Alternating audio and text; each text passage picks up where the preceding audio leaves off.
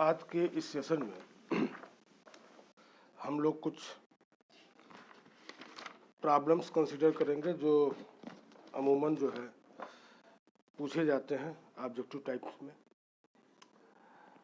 तो चलिए देखिए, जो पहला क्वेश्चन है उसके 4 ऑप्शन है। पहला क्वेश्चन क्या कह रहा है? Semaphores are used to solve the problem of. Semaphores are used to solve the problem of. पहला सॉल्यूशन क्या है? Race condition. दूसरा है प्रोसेस सिंक्रोनाइजेशन। तीसरा है म्यूचुअल एक्सक्लूजन। चौथा है नन ऑफ एबव।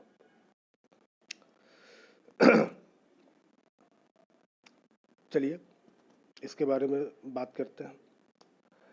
तो semaphores are used to solve the problem of. पहला ऑप्शन चेक करते हैं, race condition.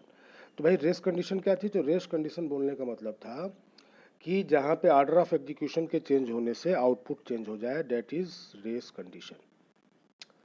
Process synchronization, mutual exclusion, none of above. तो हम लोगों ने जो एग्जाम्पल देखा था वो एग्जाम्पल किस चीज़ का था? तो वो एग्जाम्पल था कि एटीएम मशीन का। तो एटीएम मशीन को एट अ टाइम एक ही व्यक्ति जो है यूज़ कर रहा था, यानी म्यूचुअल एक्सक्लूजन वहाँ पे दिख रहा था। प्रोसेसेस के बीच में सिंक्रोनाइजेशन की ज़रूरत थी। एग्जाम्पल हम लोगों ने क्या देखा था कि प्रोड्यूसर कंज्यूमर प्रॉब्लम। प्रोड्यूसर जो है बकेट्स में डेटा को रख रहा था और काउंट को इंक्रीमेंट कर रहा था। कंज्यूमर जब किसी बकेट को क्या करता था, कंज्यूम करता था, तो काउंट की वैल्यू को घटा देता था। और चौथा ऑप्शन है नन ऑफ एबव। तो सेमाफोर जो है वो रेस कंडीशन को सॉल्व नहीं करता है। सेमाफोर प्रोसेस सिंक्रोनाइजेशन और म्यूचुअल एक्सक्लूजन को इंश्योर करता है। ठीक है, तो सेम इसका करेक्ट आंसर क्या होगा? प्रोसेस सिंक्रोनाइजेशन मतलब बी और म्यूचुअल एक्सक्लूजन मतलब सी। ठीक है, तो semaphores are used to solve the problem of process synchronization and mutual exclusion. ठीक है। चलिए अगले प्रॉब्लम पे आते हैं। Which of the following is a service not supported by operating system. निम्नलिखित में से कौन ऐसी सर्विस है जिसको ऑपरेटिंग सिस्टम सपोर्ट नहीं करता है?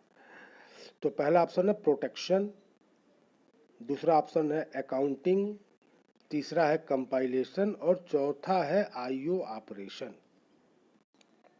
देखिए प्रोटेक्शन को लेके हम लोग जब ऑपरेटिंग सिस्टम का इंट्रोडक्शन देख रहे थे तो वहाँ पे ये बात आई थी कि protection is provided by operating system.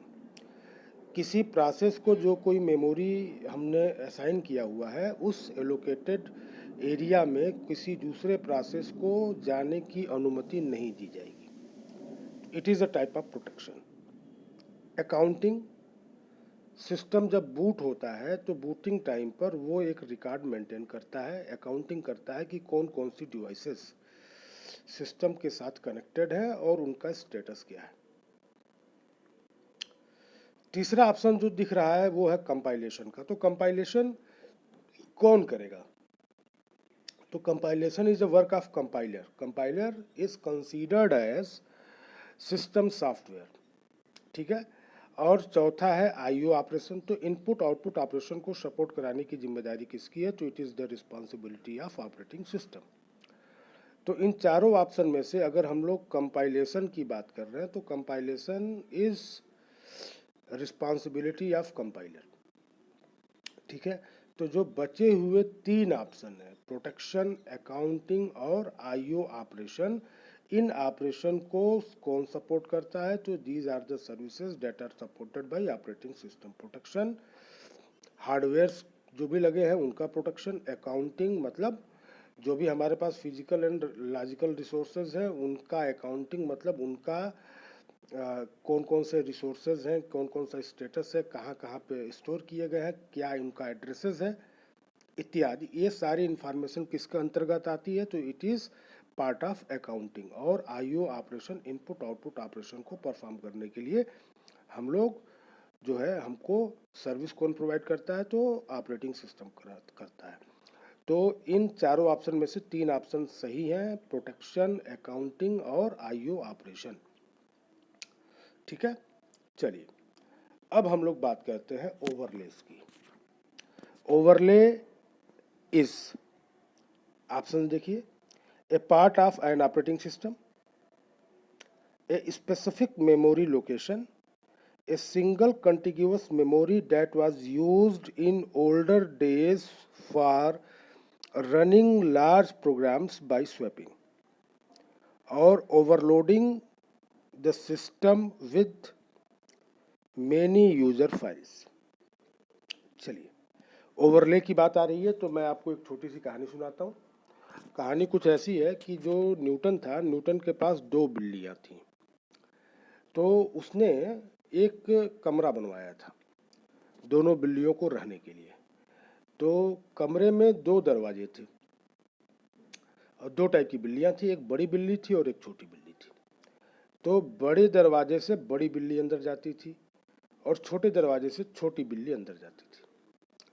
तो न्यूटन जो है अपने घर पे जब भी उसके कोई आता था तो वो बिल्लियों का वो कमरा जरूर दिखाता था और इस बात को बोलता था कि ये जो 2 दरवाजे लगे हैं, बड़ा दरवाजा बड़ी बिल्ली के लिए और छोटा दरवाजा छोटी बिल्ली के लिए। और उसको लगता था कि उसने बहुत बड़ा काम किया है, हर एक का ख्याल रखा है। तो एक बार उसका एक मित्र आया, उसको भी न्यूटन दिखा रहा था। तो उस मित्र ने न्यूटन से कहा कि यार एक बात बताओ, बात ये है कि अगर तुम केवल एक दरवाज़ा लगवाते, बड़ा दरवाज़ा, तो उस बड़े दरवाजे से बड़ी बिल्ली भी चली जाती और उसी दरवाजे से छोटी बिल्ली भी चली जाती। और न्यूटन ने कहा कि यार ये बात तो मैंने सोची ही नहीं। ठीक है, this is real life example of overlay. आपके यहाँ 4 प्लेट है और खाने वाले आ गए 8, तो क्या होगा, पहले 4 लोग खाएंगे, फिर प्लेट साफ होगी, फिर बचे हुए 4 लोग खाएंगे। It is overlays. ठीक है, अब जरा देखिए, याद होगा सी में पढ़ा होगा स्ट्रक्चर और यूनियन। तो स्ट्रक्चर अगर हम डिफाइन करें, उसमें एक इंटीजर लें, एक फ्लोट लें और एक कैरेक्टर लें। तो डास प्लेटफॉर्म पे कैरेक्टर 1 बाइट, इंटीजर 2 बाइट और फ्लोट 4 बाइट लेता है। तो इस स्ट्रक्चर का जब हम लोग वेरिएबल डिक्लेयर करेंगे तो उस वेरिएबल की जो साइज होगी वो होगी 1 + 2 + 4 दैट इज 7 बाइट्स। इसी सी में एक और कंसेप्ट आता है जिसको हम लोग बोलते हैं यूनियन। अब same data types, same members को हम लोग यूनियन में रखते हैं, इंटीजर, कैरेक्टर एंड फ्लोट। अब अगर हम लोग यूनियन का क्या बनाए, कोई एक वेरिएबल डिक्लेयर करेंगे तो उस वेरिएबल की साइज होगी केवल 4 बाइट। मैक्सिमम के लिए जगह लिया जाता है और ये कहा गया कि एट अ टाइम उस मेमोरी एरिया को एक बार एक ही एंटिटी यूज करेगी। तो union works on the principle of overlay. ठीक है, तो इसका जो करेक्ट आंसर है वो क्या है, a single contiguous memory that was used in older days for running large programs by swapping. एक बड़ा सा मेमोरी एरिया हमने ऑक्यूपाई कर लिया, उसमें अलग अलग प्रोसेसेस को बारी बारी से ला रहे हैं और एग्जीक्यूट करा के बाहर करते जा रहे हैं। तो this is the basic fundamental of overlay. ठीक है, चौथे प्रॉब्लम की तरफ आते हैं। वो क्या है, concurrent processes are processes that, 4 option, do not overlap in time, overlap in time, are executed by a processor at same time, और none of the above। तो कॉन्करेंसी का मतलब क्या हुआ कि एक ही टाइम में एक से ज्यादा काम को करना। अच्छा, अब अगर हम लोग आंसर को देखें तो ए तो हमको सीधे सीधे गलत लग रहा है कि do not overlap in time. जैसे पहला लेक्चर चल रहा है तो पहले लेक्चर में सीएस में कोई और सब्जेक्ट चल रहा है और उसी टाइम इंटरवल में, उसी टाइम स्लाइस में आईटी में पहले लेक्चर में कोई और सब्जेक्ट चल रहा है। क्लियर है, तो हम बोलेंगे कि ये दोनों क्लासेस कॉन्करेंटली चल रही हैं। तो देखिए, कॉन्करेंसी की अगर बात होगी तो ओवरलैप तो होगा ही होगा। यानी ए ऑप्शन हमको गलत लग रहा है और बी ऑप्शन हमको सही लग रहा है। तीसरे पर एक डाउट आ सकता है, लेकिन अभी इसको पकड़ते हैं। लिखा है, प्रश्न जरा पढ़िएगा और आंसर मिला के देखिए। तो concurrent processes are processes that are executed by a processor at same time. तो एट अ प्रोसेसर, एक प्रोसेसर सारे टास्क को एक समय पर एग्जीक्यूट नहीं करा सकता। तो सी जो है यहीं से गलत हो जा रहा है, लेकिन देखने में एक बार ऐसा लग रहा है कि ऑप्शन बी और सी दोनों सही हैं, लेकिन the correct answer is B. क्यों हम कह रहे हैं? क्योंकि देखिए, current processes are processes that are executed by a processor at a same time. तो बाय ए प्रोसेसर, एक ही प्रोसेसर एक ही टाइम पर एक से ज्यादा टास्क को कभी भी एग्जीक्यूट नहीं करा सकता। That's why option C is incorrect. चलिए अब आते हैं अपने अगले प्रॉब्लम की तरफ। The next problem is, which of the following is an example of a spooled device?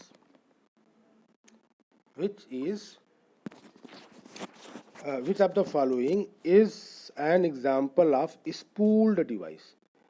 spooled device बोलने का मतलब कि the device which has a buffer, ठीक है, स्पूलिंग हो रही है। तो ऑप्शन देखिए, the terminal used to enter the input data for program being executed, ठीक है, terminal used to enter the input data for a program being executed। अब यहाँ पे लगेगा कि भाई साहब ये ऑप्शन भी सही है, लेकिन ध्यान दीजिए, कीबोर्ड के पास बफर होता है, keyboard has a buffer, terminal के पास जो है बफर नहीं होता, इसलिए ऑप्शन ए इज इनकरेक्ट।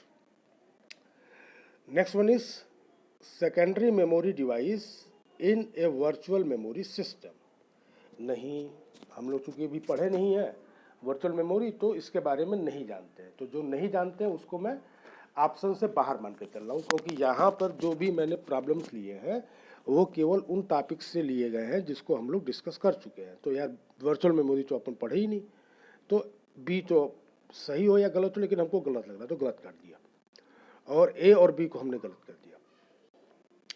अच्छा, अब जरा देखिए ऑप्शन डी। ऑप्शन डी क्या रहा है? One tries to divide a number by zero.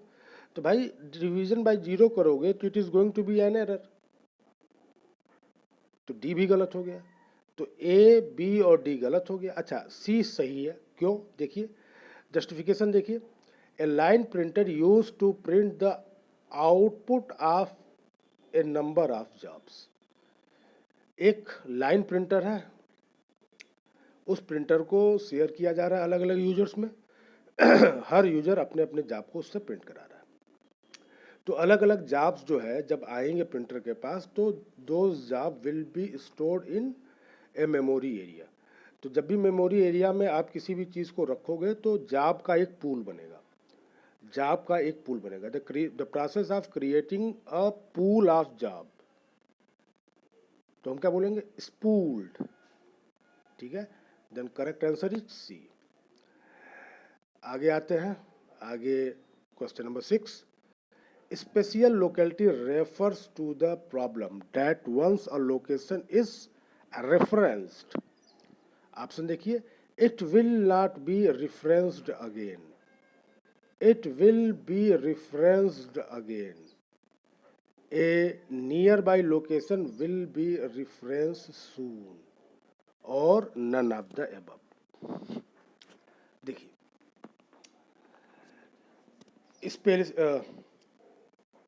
Speciality जो है दो टाइप की होती है, एक को बोलते हैं टाइम स्पेशलिटी और एक को बोलते हैं लोकेशन स्पेशलिटी। तो हम लोग जो ये स्पेशलिटी है, इसका क्या मतलब है कि हम लोग, मैंने क्लास में एक एग्जांपल दिया था कि लूप मैंने चलाया था और उस वेरिएबल को मैंने रजिस्टर में डाल दिया था और एक जगह रजिस्टर में नहीं डाला था।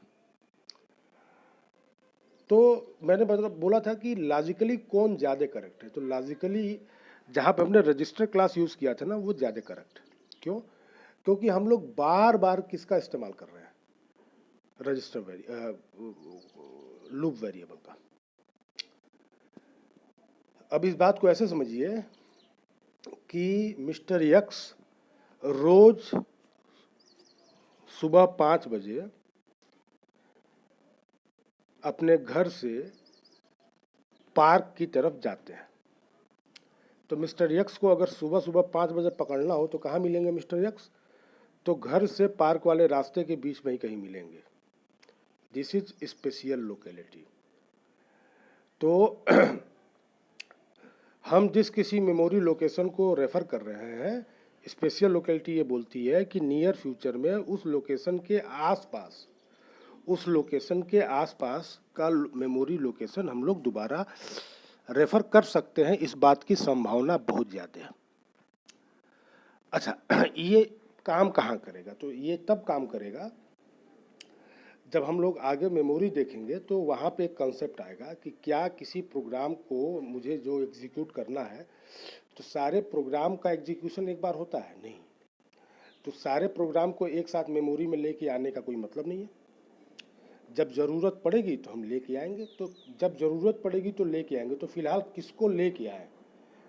तो that will be decided by spatial locality. ठीक है, तो इसका करेक्ट आंसर क्या है कि a near location will be referenced soon. ठीक है, कि ये पर्टिकुलर रेफरेंस है मेमोरी का, तो इसका इस्तेमाल अभी हुआ, तो इसके आसपास के मेमोरी लोकेशंस का इस्तेमाल आगे हो सकता है। ठीक है, तो ये मीनिंग है स्पेशियल लोकेलिटी की। अगला देखिए, अगला प्रॉब्लम क्या है? Critical region is. Critical reason मतलब क्रिटिकल सेक्शन इज। ऑप्शन देखिए, a part of the operating system which is not allowed to be accessed by any process। अरे भाई, ऑपरेटिंग सिस्टम के किसी पार्ट को यूजर प्रोसेस तो एक्सेस कर ही नहीं सकता। दूसरा ऑप्शन देखिए, दूसरा ऑप्शन है a set of instruction that access common shared resource which exclude one another in time। तीसरा option, the portion of the main memory which can be accessed only by one process at a time। और चौथा option है none of above. तो critical section क्या है? तो critical section में क्या होता है कि अपने पास एक सेट ऑफ इंस्ट्रक्शंस होते हैं, उस सेट ऑफ इंस्ट्रक्शन को एट ए टाइम एक ही प्रोसेस क्या कर सकता है? एक्सेस कर सकता है, एग्जीक्यूट करा सकता है। ठीक है, क्रिटिकल सेक्शन के पहले और बाद में जो कोड्स होते हैं उनको हम लोग रिमाइंडर सेक्शन में रखते हैं। और रिमाइंडर सेक्शन के बारे में मैंने ये कहा था कि रिमाइंडर सेक्शन का जो कोड है that can be used, that can be accessed simultaneously by more than one process at same time. ठीक है, तो क्रिटिकल रीजन क्या हो गया? तो critical region is a set of instructions that access common shared resource which exclude one another in time। मतलब एक time पर एक ही प्रोसेस उन सेट ऑफ इंस्ट्रक्शन को क्या करेगा? एक्सेस करेगा। ठीक है, come to the next problem, kernel is. हम लोगों ने देखा था कि ऑपरेटिंग सिस्टम हम किसी से खरीद रहे हैं। If I am purchasing operating system from a vendor, तो मैं उससे क्या एक्सपेक्ट करूंगा कि वो मुझे कुछ दे या ना दे, लेकिन कर्नल जरूर दे, कर्नल। तो हम लोगों ने ऑपरेटिंग सिस्टम को दो पार्ट में बांटा था, एक को बोला था सेल और एक को बोला था कर्नल। तो हमने कहा था कि kernel is contacted with the help of cell. और वहाँ पर भी मैंने आपको एग्जांपल दिया था कि जो विंडोज़ में जब हम लोग cmd.exe ओपन करते हैं ना, तो दैट इज सेल। ठीक है, command.com या सेल, ये cmd.exe सेल के तरीके से काम करती हैं। ठीक है, तो देखिए कर्नल इज, ऑप्शन क्या है? Considered as the critical part of operating system. भैया क्रिटिकल पार्ट नहीं है, कर्नल इज ऑपरेटिंग सिस्टम। ठीक है, तो कहाँ लिख रहे हो क्रिटिकल पार्ट है? हटाओ इसको, तो ऑप्शन ए गलत हो गया। B, the software which monitors the operating system, the software which monitors the operating system. अरे भाई, kernel is operating system in itself. B is also incorrect. C पे आइए। The set of primitive functions upon which the rest of operating system functions are built up. ये option correct है। Kernel आपको वो necessary platform provide कर रहा है जिसका इस्तेमाल करके आप अपने प्रोग्राम्स को एग्जीक्यूट करा सकते हो और आप अपने लिए नए प्रोग्राम्स को लिख सकते हो। ठीक है, आप कंप्यूटर के साथ अटैच्ड या कंप्यूटर के रिसोर्सेज का इस्तेमाल कर सकते हो। तो kernel is the set of primitive functions. देखिए प्रिमिटिव फंक्शंस की बात हो रही है। प्रिमिटिव मतलब क्या? Basic functions. ठीक है, मॉड्यूलरिटी यही है। बेसिक फंक्शंस में उसको हम लोगों ने क्या कर दिया, एक जगह बता के रखा है। फिर अलग अलग टाइप के बेसिक फंक्शंस होंगे तो मॉड्यूलरिटी आ जाएगी। ठीक है, लेयर्ड अप्रोच भी दिख जाएगा और आपको माइक्रो कर्नल अप्रोच भी दिख जाएगा। ठीक है, तो कर्नल क्या है? कर्नल जो प्रिमिटिव फंक्शंस हैं वो प्रोवाइड करता है जिसका इस्तेमाल करके हम लोग ऑपरेटिंग सिस्टम को एक प्लेटफॉर्म के तरीके से इस्तेमाल कर सकते हैं और उस प्लेटफॉर्म पे हम लोग अपने लिए स्पेसिफिक प्रोग्राम लिख सकते हैं स्पेसिफिक टास्क को एग्जीक्यूट कराने के लिए। तो most correct answer is the set of primitive functions upon which the rest of operating system functions are built up. ठीक है, तो ऑपरेटिंग सिस्टम के बाकी जो भी सर्विसेज हैं, ठीक है, वो कैसे पूरी की जा रही हैं, तो उनका फुलफिलमेंट जो है कर्नल के थ्रू हो रहा है। चलिए अब आते हैं अगले प्रॉब्लम की तरफ। अगला प्रॉब्लम है in a time sharing operating system when the time slot given to a process is completed the process goes from the running state to, चार option, blocked state, suspended state, ready state, terminated state. अब जरा देखिए, time sharing system की बात है तो कौन सा शेड्यूलिंग फॉलो होगा, कौन सा सीपीयू शेड्यूलिंग एल्गोरिदम हम लोग यूज करेंगे? तो we will use round robin scheduling algorithm. ठीक है, तो राउंड रॉबिन शेड्यूलिंग एल्गोरिदम में क्या था कि एक प्रोसेस है, बहुत सारे प्रोसेसर्स हैं, उनको हमने एक सीपीयू का क्वांटा जो है बांट दिया, दे दिया कि मतलब ये टाइम स्लाइस है, इतने टाइम स्लाइस तक हम प्रोसेस को प्रोसेसर देंगे। ठीक है, जैसे टाइम स्लाइस क्या होगा, ख़त्म होगा, हम प्रोसेस से प्रोसेसर को क्या कर देंगे, डिटैच कर लेंगे और नए प्रोसेस को असाइन कर देंगे। अब वहाँ पे हम लोगों ने दो चीज़ों को देखा था। क्या देखा था कि अगर हम लोग टाइम स्लाइस को बहुत बड़ा कर दें तो जो राउंड रॉबिन शेड्यूलिंग है that will act as FCFS, और बहुत छोटा कर दें तो क्या होगा, हमारा प्रोसेस जो है कॉन्टेक्स्ट स्विचिंग ज़्यादा करेगा। हमारा प्रोसेस क्या करेगा, कॉन्टेक्स्ट स्विचिंग ज़्यादा करेगा। ठीक है, चलिए अब आते हैं प्रॉब्लम की तरफ। प्रॉब्लम ये बोल रहा है कि हमने किसी प्रॉब्लम जॉब को हम एग्जीक्यूट करा रहे थे रियल टाइम सिस्टम में। अब एग्जीक्यूट करा रहे थे तो वो रनिंग स्टेट में था, टाइम क्वांटा क्या हो गया, एक्सपायर हो गया। ठीक है, टाइम क्वांटा एक्सपायर हो गया। ये बात सीधे सीधे नहीं कही जा रही है, ये कहा जा रहा है कि in a time sharing operating system when the time slot given to a process is completed, यानी टाइम क्वांटा क्या हो गया, एक्सपायर हो गया। तो जो हमारा रनिंग स्टेट वाला प्रोसेस है वो कहाँ जाएगा, तो ब्लॉक में तो नहीं जाएगा। ब्लॉक तब होता है जब कोई सिस्टम कॉल या कोई इंटरप्ट जनरेट हो जाए। सस्पेंड तो हम कर नहीं रहे हैं, ठीक है, टर्मिनेट करेंगे नहीं, तो हमारा प्रोसेस रनिंग से किस में आ जाएगा, रेडी में आ जाएगा। तो process will switch from running state to ready state, फिर रेडी से हम लोग रनिंग के लिए पिक कर लेंगे। ठीक है, प्रोसेस का लाइफ साइकिल हम लोग डिस्कस कर चुके हैं। अगला प्रॉब्लम क्या है, देखिए अगले प्रॉब्लम में कहा जा रहा है कि in a multi programming environment, in a multi programming environment क्या कहा जा रहा है, चार ऑप्शन दिए गए। The processor executes more than one process at a time. दूसरा, the programs are developed by more than one person. तीसरा, more than one process reside in the memory. चौथा, a single user can execute many programs at same time. चलिए multi programming की बात करते हैं। तो जब शुरुआती दौर में क्या था, शुरुआती दौर में एक एक प्रोसेस को हम लोग मेमोरी में लेके आते थे। एक एक प्रोसेस मेमोरी में आता था, वन बाय वन मेमोरी में आता था, एग्जीक्यूट होता था, कंप्लीट होता था, बाहर जाता था, दोबारा प्रोसेस लोड होता था।